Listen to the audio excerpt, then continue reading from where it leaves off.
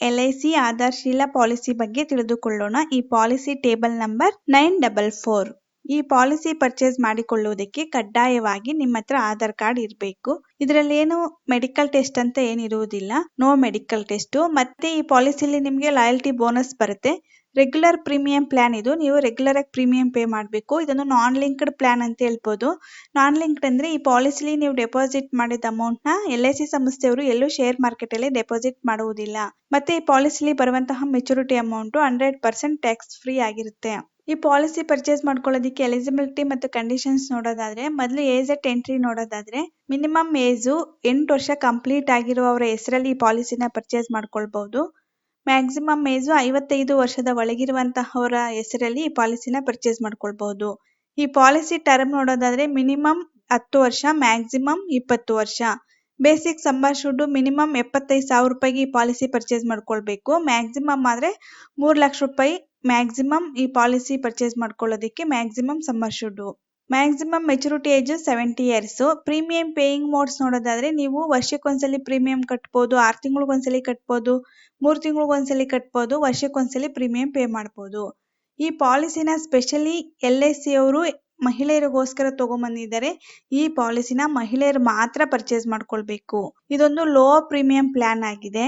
ಇದ್ರ ಮತ್ತೆ ಈ ಪಾಲಿಸಿಲಿ ನೀವು ಪ್ರೀಮಿಯಂ ಪೇ ಮಾಡ್ತೀರಲ್ವಾ, ಅದು ಅಂಡರ್ ಸೆಕ್ಷನ್ 80C ತೋರಿಸಬಹುದು. ಮೆಚುರಿಟಿ ಅಮೌಂಟ್ ಬರುತ್ತಲ್ವಾ, ಅದು ಟ್ಯಾಕ್ಸ್ ಫ್ರೀ ಆಗಿರುತ್ತೆ. ಅದನ್ನ ಅಂಡರ್ ಸೆಕ್ಷನ್ 1010D ಅಲ್ಲಿ ತೋರಿಸಬಹುದು. ಮತ್ತೆ ಈ ಪಾಲಿಸಿಲಿ ಒಂದು ಫೆಸಿಲಿಟಿ ಇದೆ, ಅದು ಯಾವುದಂದ್ರೆ auto cover facility. For example, ನೀವು ಈ ಪಾಲಿಸಿನ ಪರ್ಚೇಸ್ ಮಾಡಿರ್ತೀರಾ, ಪರ್ಚೇಸ್ ಮಾಡಿ 3 ವರ್ಷ ಕಂಟಿನ್ಯೂಸ್ ಆಗಿ ಪ್ರೀಮಿಯಂ ಪೇ ಮಾಡಿರ್ತೀರಾ. ಇನ್ ಕೇಸ್ ಆಮೇಲೆ ನೀವು ಪ್ರೀಮಿಯಂ ಪೇ ಮಾಡೋದು ಸ್ಟಾಪ್ ಮಾಡಿರ್ತೀರಾ, ನಿಮ್ಗೆ ಏನೋ ಪ್ರಾಬ್ಲಮ್ ಆಗಿ, ಆದ್ರೂ ಕೂಡ ನಿಮ್ಗೆ 6 ಮಂತ್ಸ್ ವರೆಗೂ ಇನ್ಸೂರೆನ್ಸ್ ಕವರೇಜ್ ಸಿಗುತ್ತೆ. ಈ 6 ಮಂತ್ಸ್ ಒಳಗೆ ಏನಾದ್ರೂ ಪಾಲಿಸಿ ಹೋಲ್ಡರ್ ರಿಸ್ಕ್ ಆದ್ರೆ ಅವ್ರಿಗೇನು ಡೆತ್ ಕ್ಲೈಮ್ ಅಮೌಂಟ್ ಬರುತ್ತೋ ಅಮೌಂಟ್ ನ ಆ ಪಾಲಿಸಿ ಹೋಲ್ಡರ್ ನಾಮಿನಿಗೆ ಕೊಡ್ತಾರೆ.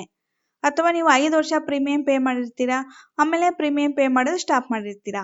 ಸರ್, ಈ 2 ವರ್ಷದಲ್ಲಿ ಏನಾದ್ರೂ ಪಾಲಿಸಿ ಹೋಲ್ಡರ್ ರಿಸ್ಕ್ ಆದ್ರೆ ಅದೇನು ಡೆತ್ ಕ್ಲೈಮ್ ಅಮೌಂಟ್ ಬರುತ್ತೋ ಅಮೌಂಟ್ ನ ಆ ಪಾಲಿಸಿ ಹೋಲ್ಡರ್ ನಾಮಿನಿ ಇರ್ತಾರಲ್ಲ ಅವ್ರಿಗೆ ಕೊಡ್ತಾರೆ. ಈ ತರ ಫೆಸಿಲಿಟಿ ಪಾಲಿಸಿ ಬಿಟ್ರೆ ಮತ್ತೆ ಯಾವ ಪಾಲಿಸಿಲೂ ಇಲ್ಲ.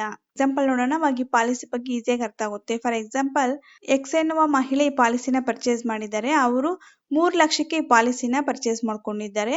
ಪಾಲಿಸಿ ಟರ್ಮ್ ನ 20 ವರ್ಷ ಸೆಲೆಕ್ಟ್ ಮಾಡ್ಕೊಂಡಿದ್ದಾರೆ. ಅವ್ರ ಏಜ್ 25 ವರ್ಷ. ಮಂತ್ಲಿ ಪ್ರೀಮಿಯಂ ಎಷ್ಟು ಕಟ್ಬೇಕಂದ್ರೆ 904 with GST.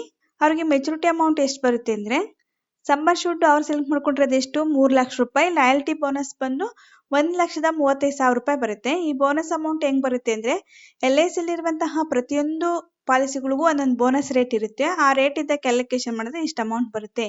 Total maturity amount ಎಷ್ಟು ಬರುತ್ತೆ ಅಂದ್ರೆ 4,35,000 ರೂಪಾಯಿ ಬರುತ್ತೆ. ಇಲ್ಲಿ ಪಾಲಿಸಿ ಹೋಲ್ಡರ್ ಎಷ್ಟು ಪ್ರೀಮಿಯಂ ಪೇ ಮಾಡಿದ್ದಾರೆ, ಟೋಟಲಿ 2,16,960 ರೂಪಾಯಿ ಪ್ರೀಮಿಯಂ ಪೇ ಮಾಡಿದ್ದಾರೆ. ಇಲ್ಲಿ ಮೆಚುರಿಟಿ ಅಮೌಂಟ್ ಎಷ್ಟು ಬಂದಿದೆ, 4,35,000 ರೂಪಾಯಿ ಬಂದಿದೆ.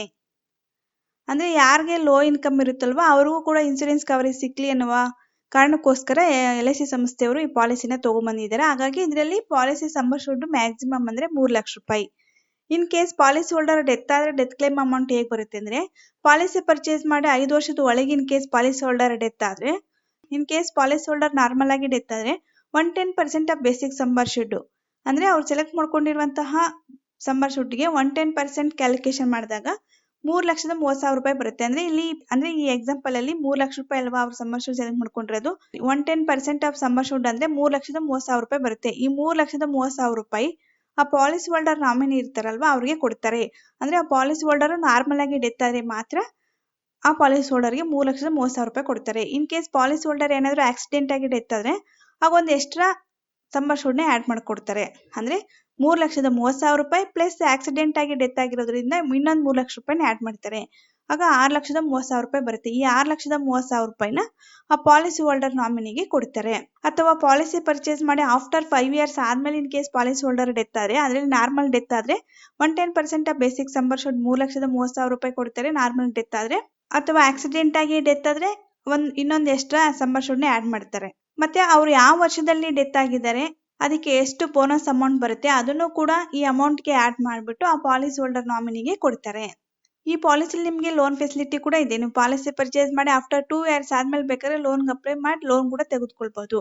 ಮತ್ತೆ ಸರೆಂಡರ್ ವ್ಯಾಲ್ಯೂ, ನೀವು ಯಾವಾಗ ಬೇಕಾದ್ರೂ ಪಾಲಿಸಿನ ಸರೆಂಡರ್ ಮಾಡಿ ನೀವು ಡೆಪಾಸಿಟ್ ಮಾಡಿದ ಅಮೌಂಟ್ ನ ವಾಪಸ್ ತಗೊಬಹುದು. ಸ್ವಲ್ಪ ಪೆನಾಲ್ಟಿ ಚಾರ್ಜ್ ಮಾಡ್ತಾರೆ, ಅದನ್ನ ಡಿಡಕ್ಟ್ ಮಾಡಿ ಮಿಕ್ಕಿದ ಅಮೌಂಟ್ ನಿಮ್ಗೆ ವಾಪಸ್ ಕೊಡ್ತಾರೆ. ಓಕೆ ಫ್ರೆಂಡ್ಸ್, LIC ಆಧಾರಶೀಲ ಪಾಲಿಸಿ ಬಗ್ಗೆ ಗೊತ್ತಾಯ್ತಲ್ವಾ? ಈ ಪಾಲಿಸಿ ಬಗ್ಗೆ ನಿಮ್ಗೆ ಏನಾದರೂ ಡೌಟ್ಸ್ ಇದ್ರೂ ಕೂಡ ಕಮೆಂಟ್ ಬಾಕ್ಸಲ್ಲಿ ಕಮೆಂಟ್ ಮಾಡಿ, ನಾನು ರಿಪ್ಲೈ ಮಾಡ್ತೀನಿ. ಇನ್ನು ಬೇರೆ ನಿಮ್ಗೆ ಯಾವುದಾದ್ರೂ ವಿಡಿಯೋ ಬೇಕಂದ್ರೂ ಕೂಡ ಕಮೆಂಟ್ ಮಾಡಿ, ನಾನು ವಿಡಿಯೋಸ್ ಅಪ್ಲೋಡ್ ಮಾಡ್ತೀನಿ. ಈ ಮಾಹಿತಿ ನಿಮ್ಗೆ ಇಷ್ಟವಾಗಿದ್ರೆ ಲೈಕ್ ಮಾಡಿ, ಶೇರ್ ಮಾಡಿ. Thanks for watching.